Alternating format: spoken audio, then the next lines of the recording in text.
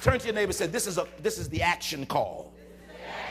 When a word is spoken to you for the rest of your life, there are things that you must begin to put in action so that when the call comes, you're already ready. Somebody say it with authority, already ready. I said with authority, say it, already ready.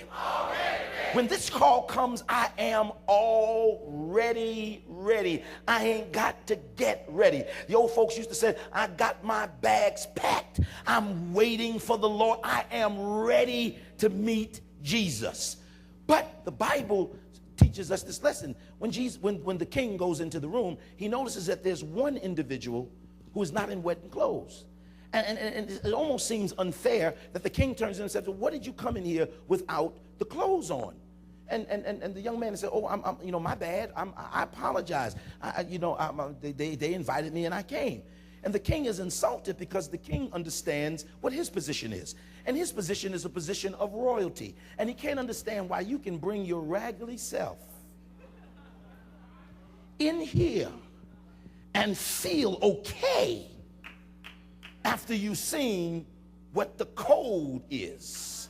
Lean on your neighbor and say, do you know what the drill is? Do you know what the drill is? That's the thing that's going to get you messed up, because you've been here too long not to have.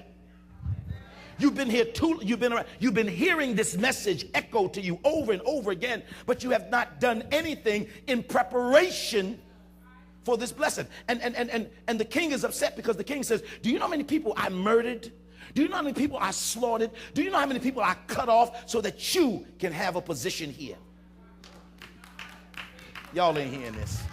No, this is for somebody else's church. This couldn't be for us. Can you understand how many people got cut off so that you could be positioned to have what you're not supposed to have in the first place? And with this gift, you're going to walk in here haphazardly, slowful. Y'all ain't hear what I'm saying. Act like you don't care. Teach it haphazardly. He said, listen, I'm about to bind your hands and your feet and throw you into a pit where there will be wailing and gnashing of teeth. What the text is saying is this: you prepared for everything else in your life except for an audience with me. God says, I'm tired of you using my time to do your dirty stuff. Until you get totally delivered from fornication, until you get totally delivered from adultery, until you get totally delivered from gambling, until you get totally delivered from whatever your ism and whatever your crisis is, you be in place with God.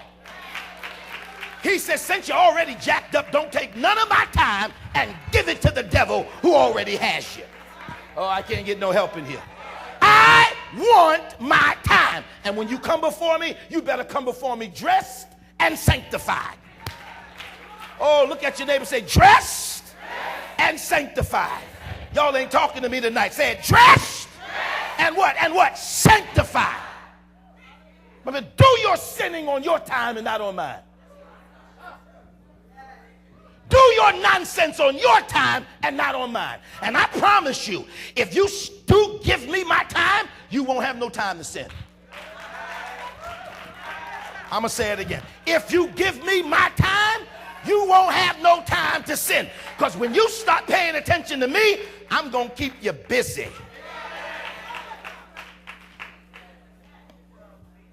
Yea, though I walk through the valleys of the shadow of death, I fornicate.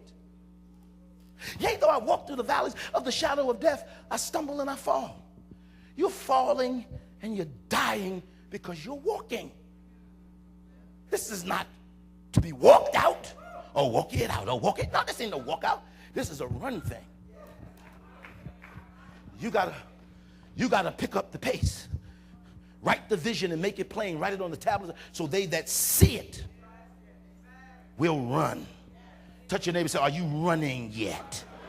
Oh, I don't